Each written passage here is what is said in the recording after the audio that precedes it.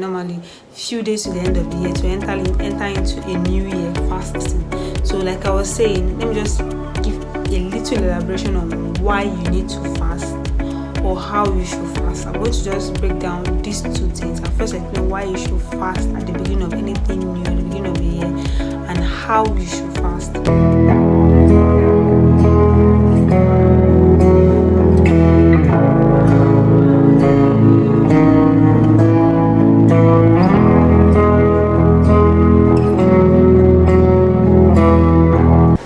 So hi guys, welcome to 31 Generation Woman with Debuzo, where we encourage, empower and equip women with the right policies just like God wants them to. If this is your first time, do well to subscribe and click the notification bell so you'll be notified when any of our video is posted. And if it's not your first time, welcome back. So today we'll be talking about fasting. Generally, this is like a new year, this is like 2025. Most people don't make preparation to start up anything. One of the signs or things you do whenever you want to start up a new thing or to enter a new phase of your life or a new year, one of the things that prepares you for that is fasting. So preferably some people like fasting to enter into the new year. Like me, I normally do mine few days to the entry to new year so that I'll enter into the new year fasting. That's how I prepare myself. While other people wait till the beginning of January. Most ministries wait, like general fastings we all do in our various churches or in various ministries starts in January. Most ministries start January just to prepare us for the year because they're giving a tithe of the first month of the year. If you sacrifice a greater part of the first month of the year to fast and pray for the year, it's going to turn out well. So what I'm just trying to say is prayer and fasting is just depending on you, like how you work with God.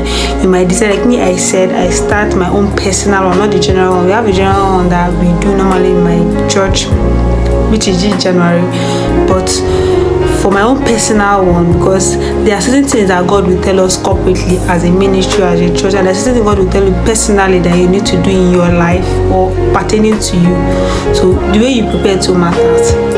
To me, I start my normally few days to the end of the year to enter into a new year fasting.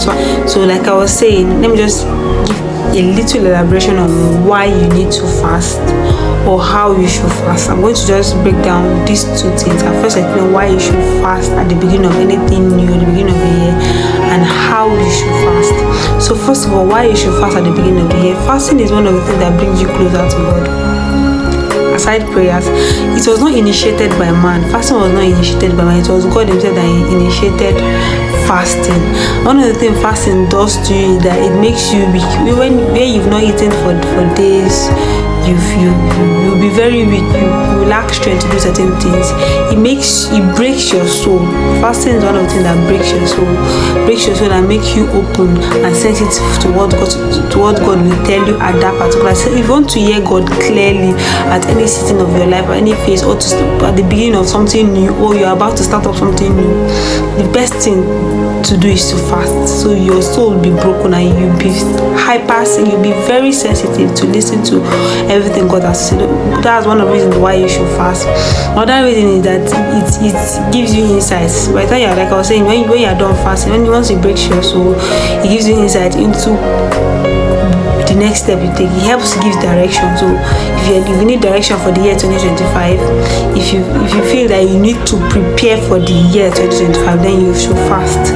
And you don't just fast alone without praying. When you are fasting without prayer, you're just being hungry.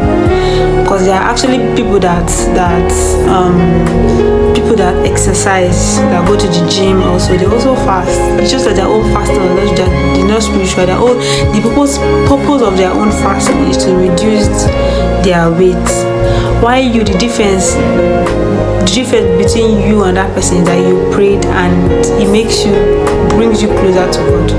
So this is another thing. So another thing I want to explain is to tell you how you should fast. There's actually ways you should fast. You don't just fast, wake up and say, okay, today I'm going to fast. You just wake up one day, you've not been fasting, you've never fasted from a particular time to a particular time. You just woke up one day and you listen to a particular message. The message now fired you up. You now say, yes, today I'm going to fast for 3 days. I'm going to fast for 1 week, for 21 days. You don't do things that for you to actually get to that point where you fast for 21 days. You have to like start gradually. Your body should have adjusted to it. You will die. You just die. Like your body should have adjusted to it. You don't just wake up and decide to fast. There are several ways you should fast. There is dry fasting, there's wet fasting, or whatever you call it. The wet fasting is that you take water but you fast for 3 days, while the dry fasting is that you don't take anything at all, even water. Everything is just dry, you'll be so weak. And also there are also, like I was saying, that I just mentioned 2 types of fasting. There's also the one you fast. I don't think fasting from 7 to 12 is fasting. So 7 to 2 is not fasting. You don't really feel weak. There are people too that cannot take it, but like I said, it's gradually. You don't just enter into something, you grow into things. Same way in fasting, you grow into it. So you can start gradually. If you're the type that you can't stay without food, you can start it from 7 to 12, and from 12 to 7 to 12 after like while you move to 7 to 2, 7 to 3, 7 to 6, then you stay a whole day without eating. Then gradually, you cannot say you want to fast 3 days when you've not fasted 1 day dry before. Except there are exceptions when maybe it was the Holy Spirit that spoke to you. Even at that, like those cases are very rare. But most times, for you to fast 3 days or fast 2 days or fast, you must have done it once. Like your body must have adjusted to it. The same way with doing certain things. You don't just wake up and you're perfect in it. Like the more consistent, the more you keep doing it, the better you become. So this is just a wake up call. Let me put it that way to every generation woman out there, to every Christian woman, every believer woman, that there's a need for you to actually prepare for the year. It's still not too late for you to fast. It's not too late. This is January. This is just like few days into January, so you can still prepare. You can sacrifice. Most ministries, most people sacrifice part of, like I said earlier, part of the first month of the year. So some people fast 21 days in January. Some people fast the end. Some people fast the entire 30 days. Just like you're giving a tithe of the year. You just gave God 1 month of the year to prepare for the remaining 11 months in the year. We have 12 months, so if you give one to God, it's really not a bad thing. So like there's a need for you to actually fast. Fasting is very good for your spiritual life. You're very, very close to God. So if you've been asking, you've been looking for how to fast or why you should fast when you want to enter a new year, this doesn't apply just to New Year. It applies also to when you want to start up something new. Like maybe you lack direction, you don't know what direction, you don't know what to do. One of the things you should do is to fast and pray. It helps, like it prepares you for whatever it is, and it opens you up, makes you sensitive to what God is saying at that particular time. So that's all for today on this topic on fasting into a new year, of why you should fast or how you should fast in this year 2025. So see you on my next video. Bye.